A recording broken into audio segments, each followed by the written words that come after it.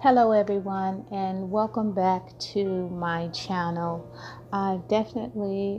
Today's table talk is going to be sensitive, but it's going to be important because I am a suicide survivor. And it's important that I talk about it because I don't want people to think about it's being such a touchy subject that I'm afraid to address the issue. I want to address the issue because at one point I had a turning point. At one point I wanted to die and not live, but then at one point I had a turning point and I wanted to live and not die. So I want to talk about it. And always shoot me back emails, comments, or what do you feel that we can talk about. But going forward, I want to talk about it and not hide anymore. I don't want to hide anymore because I did attempt suicide some years ago, a couple of years ago. And at that time I was in so much pain and things in my mind wasn't going the way I wanted to go. I felt like I wasn't being loved. I was so depressed. I mean, deeply depressed, to the point where I was strategically making plans to die. And we'll talk about how depression and deep depression carries different symptoms, and it carries different weights of symptoms. And I talk about it in the book. The book will be out in, I think the book will be in Barnes & Noble in December. And it's titled, Guess What's in My Purse? Thriving with Mental Illness. Because it definitely is, the deep depression is like a tornado and it sucks you in. And the end of that tornado is definitely destroying yourself and others. But this table talk is talking about suicide surviving. I'm definitely a suicide survivor. So the first thing I wanted to bring to the table is suicide. When you think about suicide, what is it? Suicide. For me, when I think about suicide, death is final. There is no do-overs. There is no coming back from death. Death is final. So in my mind, when I wanted to leave this world and I wanted to take my life, it was because I wanted to stop the pain. I wanted to get rid of the pain. But what am I leaving? If I leave this world, what am I leaving behind? And I thought about that. So I said, okay, so in my mind, I'm thinking, okay, death is final. So I'm not coming back and there's no do-overs. So what am I leaving behind? And when I think about it, for me, I had children, and at the time I had a partner, and I had family members around me. So they lose the joy of my vision. And I had to stop and really absorb that. I wrote that down. I said, you're right. They lose the joy of my vision of what I see the future with me and them put together, our future holidays look like, our future vacations look like, our future period. That goes away. If I would have successfully committed suicide, if I had successfully committed suicide, there wouldn't be a next page or a next chapter for me. It wouldn't be any visions out of my head sharing with family members or friends. It would have been nothing. So that would have been out the door. That's one thing. So you wouldn't have had the joy of experiencing any visions or any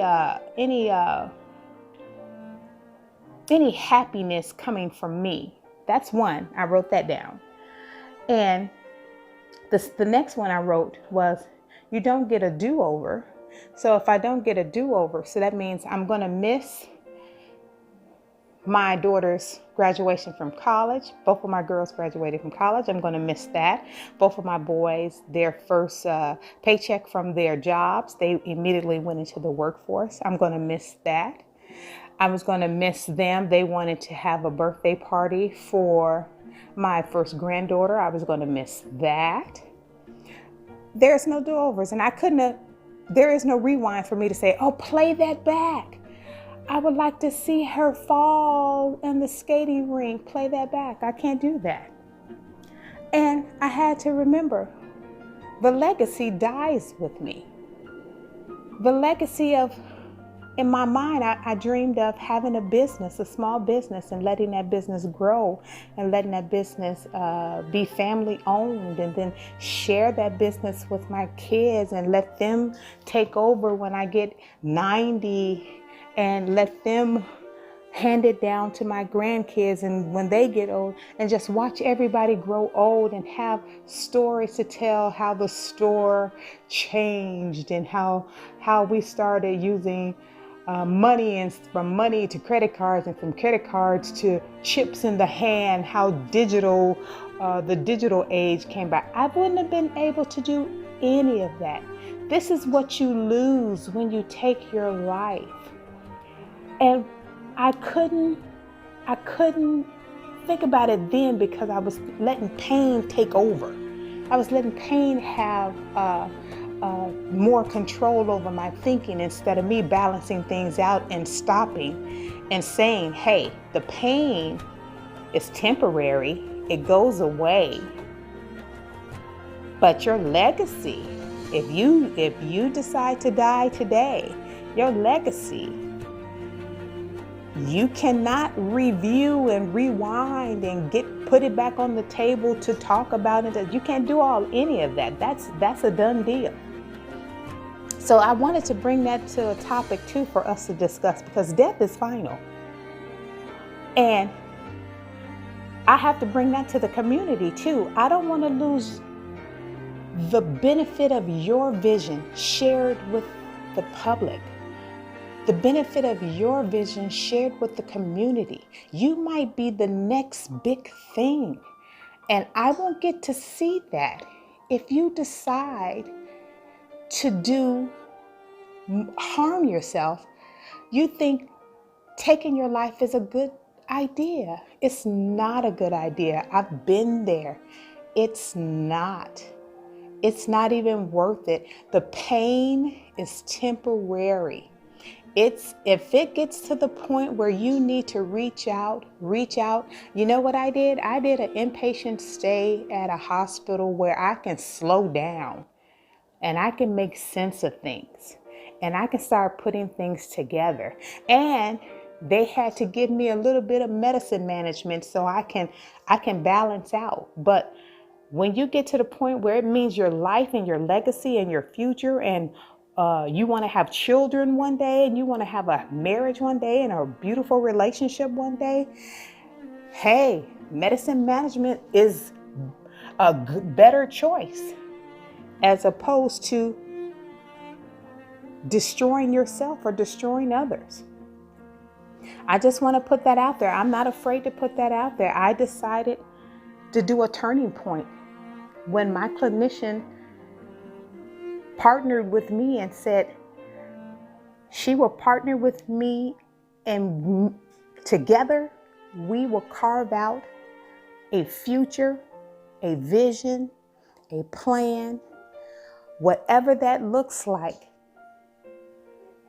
My kids get to enjoy it. My grandkids get to enjoy it. The community gets to enjoy it. The world gets to enjoy it.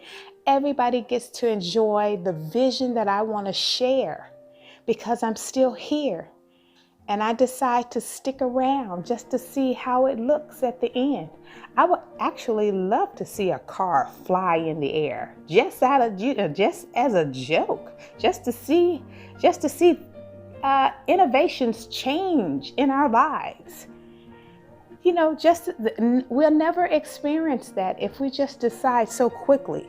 Don't be so hasty to turn the page and say, "Oh my goodness, death is the next best thing for me." Death will never be a good thing. It would never be a good choice. And I also have to think about the additional tragedies that I cause if I decide to do those things. If I decide to hurt myself and others, look at the tragedies. I create a domino effect. I hurt my kids, then I hurt my partner, then I hurt my grandkids, and then who knows? They grow up with a trauma in their life and they can't cope. And then here it goes, I create a suicide domino effect. And I didn't benefit anything. There goes the legacy again. It goes down the drain. So no, I definitely want to have a conversation about it. It's a touchy subject, and it's a kind of scary, but I'm not afraid of it. I'm not afraid of it because I chose life, and I want you to choose life.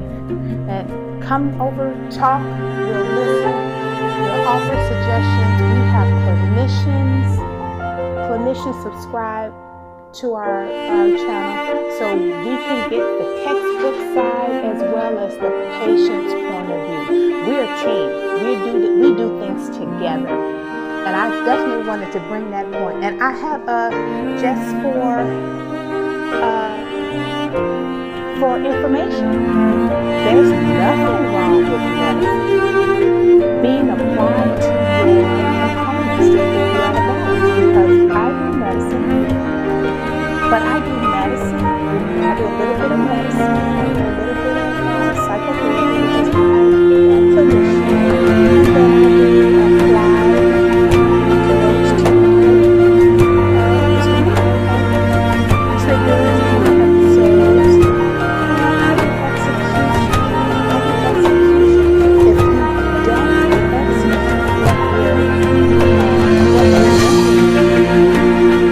what you're implementing for yourself, it's not going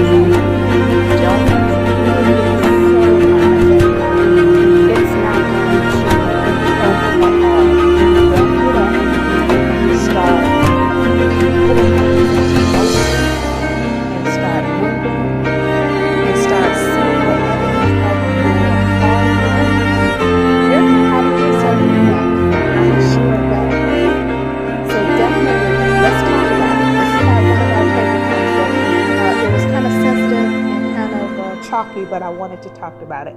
And I definitely want to keep open one of the other things about deep depression and depression.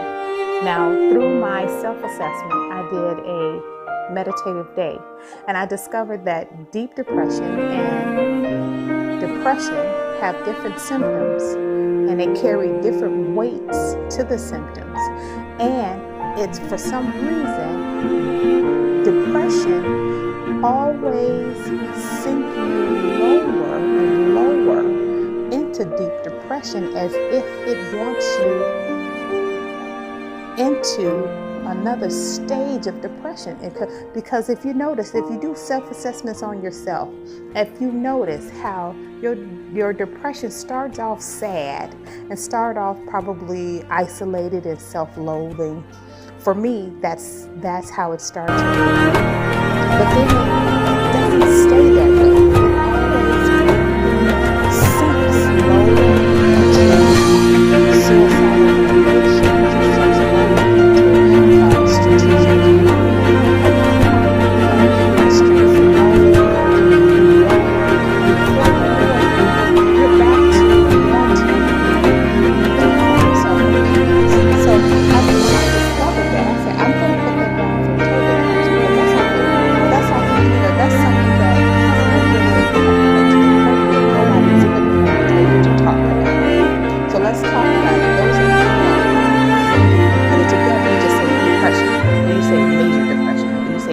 Depression, but you never say depression or deep depression, because both of them are different.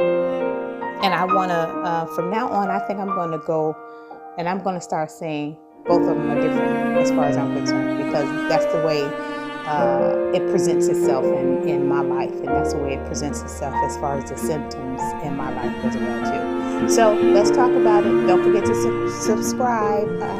Until next time, stay healthy.